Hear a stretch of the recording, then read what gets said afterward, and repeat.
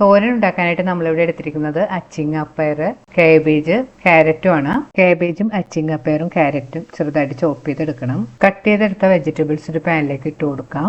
ഇതിലേക്ക് ഒരു മീഡിയം സൈസിലുള്ള സവാള ചെറുതായിട്ട് ചോപ്പ് ചെയ്തും കൂടി ചേർത്ത് കൊടുക്കണം. ഇതിലേക്ക് 1/2 ടീസ്പൂൺ മഞ്ഞൾപ്പൊടിയും 1/2 ടീസ്പൂൺ മുളക് പൊടിയും പാകത്തിനുള്ള ഉപ്പുപൊടിയും കൂടി ചേർത്ത് കൈകൊണ്ട് നന്നായിട്ട് തിരുമ്മി യോജിപ്പിക്കണം. തോരൻ ഒരു അരപ്പുണ്ടാക്കണം. അതിനായിട്ട് ഒരു മിക്സിയിലെ ചെറിയ ജാറിലേക്ക് 1 കപ്പ് തേങ്ങ ചിരവിയത് ഇട്ട് കൊടുക്കാം. ഇതിലേക്ക് 2 പച്ചമുളകും 3 അല്ലി വെളുത്തുള്ളിയും 1/2 ടീസ്പൂൺ ചെറിയ ജീരകവും 1/4 ടീസ്പൂൺ മഞ്ഞൾപ്പൊടിയും കൂടെ ചേർത്ത് കൊടുക്കണം. ഇനി ഇൻഗ്രീഡിയൻസ് എല്ലാം കൂടെ ഒന്ന് ക്രഷ് ചെയ്തെടുക്കണം. ഇൻഗ്രീഡിയൻസ് എല്ലാം കൂടെ ഒന്ന് ചതച്ചെടുത്തിട്ടുണ്ട്. ഇത് മാറ്റി വെക്കാം. ഒരു പാൻ ചൂടാക്കി അതിലേക്ക് 2 ടേബിൾ സ്പൂൺ വെളിച്ചെണ്ണ ഒഴിച്ചു കൊടുക്കാം. വെളിച്ചെണ്ണ ചൂടായിരുമ്പോൾ ഇതിലേക്ക് 1/2 ടീസ്പൂൺ കടുക് ഇട്ട് പൊട്ടിക്കണം. ഇനി ഇതിലേക്ക് 1 ടീസ്പൂൺ ഉഴുന്നുപരിപ്പും 1 തണ്ട് കറിവേപ്പിലയും 2 ഉണക്കമുളക് രണ്ടായിട്ട് കട്ട് ചെയ്തും കൂടെ ചേർത്ത് മൂപ്പിക്കണം. ഇതിലേക്ക് പച്ചക്കറികൾ ചേർത്ത് 2-3 മിനിറ്റ് നല്ലപോലെ വഴറ്റി കൊടുക്കാം.